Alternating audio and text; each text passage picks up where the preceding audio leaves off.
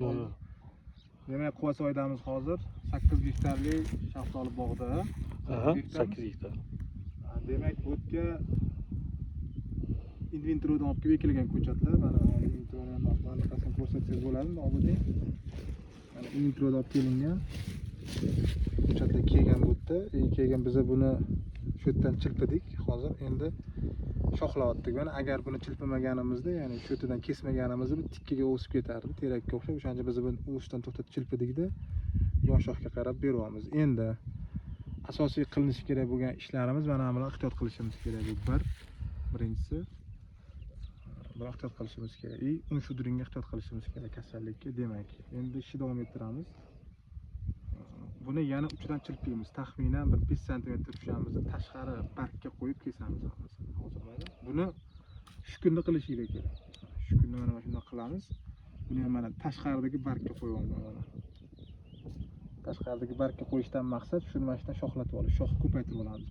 Ikkita, uchta qilib. Endi issiq bo'lib ketdi deyishimiz mumkin-ku, lekin qilishimiz kerak. Pastdagilari-chi? Qaysi? Bularga tegmay turaverasiz. Oziqqa kelib turish kerak. Bu yoqda endi qarang. Mana bu ham hozir, buni ham hozir mana dalshi mana bu yerda izlaganimiz hisobiga bu yerda yosh shoxga chiqyapti. Biz shunday mana shunday uramiz mana. Kelishdiki buni shu yerdan urib, bunga kerakli oziqalarni beramiz, NPKlarni beramiz, bargida joyiga keltirib olamiz. Sekin ko'payadi. Endi bu buni kesamiz. Yon shoxga qo'yamiz, mayli, yon shoxga qo'yib kesib turamiz. Aslida bo'ldi. Shox ko'paytiramiz. 4-5 shox qilib keyingi yilgacha nasib qilsa biz bu yilning o'zida taxminan 6-7 lerga chiqib olishimiz kerak. Keyingi yilning o'zida mana shu xudo xolasa mana shu bog'dan yana qayta video qilamiz.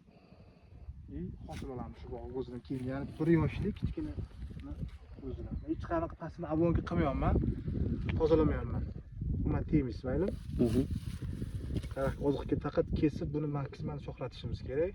Taglaridagi shoxlarni olib tashlaymiz, barglarini. Hech bu barglar birortasiga tegmaymiz. Daraxt juda nozik bo'lgan, ya'ni mana shunaqa kichkina noziklikda bo'lganda, adashmasam to'g'ri? Taxminan mana shunday adashmasam emas, aniq. Shunaqa bo'lgan, mana sekin-sekin semiryapti. Barglarni oladigan bo'lsak, oziqqa kelmay qolib, qiynalib qolishi mumkin tepa qismi. Endi bunga biz guminoviy kislotalar beramiz, boshqa oziqalarni bargidan ham beramiz, chunki bargi ildizi kichkina joyda joylashgan. Kichkina joyda joylashganligi uchun hozir biz bunga oziqani tashlab berishimiz kerak, chunki yerdagi oziqalar o'sha atrofda bo'lgan bo'lishi mumkin, lekin asosiy oziqalar daraxt olib bo'lgan o'sha. Qo'shimcha tashlab beramiz, ma'lum vaqt, 1 yil, 2 yil. Balki 1 yilda, shu yilda o'zidan chiqarib olgan. Ya'ni bu yosh chaqaloq. Buni ehtiyot qilib, kerakli oziqalarni alohida xod qilib ko'tarib olamiz. Endi faqat chanqatib qo'ymasak bo'ldi bu yerda. Asosiy narsa shu. Kuniga 1 soat sug'oryapti, shu 1 soat sug'orib yetadimi? Yo'q, yosh daraxt uchun yetadi. Chunki buni yildizi hali aytganimda kichkinagina, taxminan mana shu atrofda agar mana shunday bo'lsa, mana shundan taxminan 1 soat suv yetarli. Ko'p suv daraxtni o'ldirib qo'yishi mumkin yoki o'stirib qo'yishi mumkin. O'ldirib qo'yish deganim kichkina daraxtlarni ko'p sug'orib bersak, u ispaniyani qilishga ulgurmaydi, ya'ni hazm qilishga ulgurmaydi. Agar ko'p suv beradigan bo'lsa, katta daraxtlarga o'stirib yuboradi. O'shaning uchun 1 soat standart yetadi. Iloji boricha kechqurun sug'orishimiz kerak, chunki kunduzi yerni issig'i juda baland bo'ladi. Mana bu yerda ham baland. Kelishganimizda aka buni kesasiz. Ertalab boshlayib bir kunda bo'ling srochni. Mayli, keyin sal to'xtatmaslik uchun 1-2 ta aminokislotalar bor, o'shalarni berib yuboramiz. Izobiom yoki boshqa dengiz o'tlaridan olingan oziqalarni berib, hozir ko'tarib olamiz buni.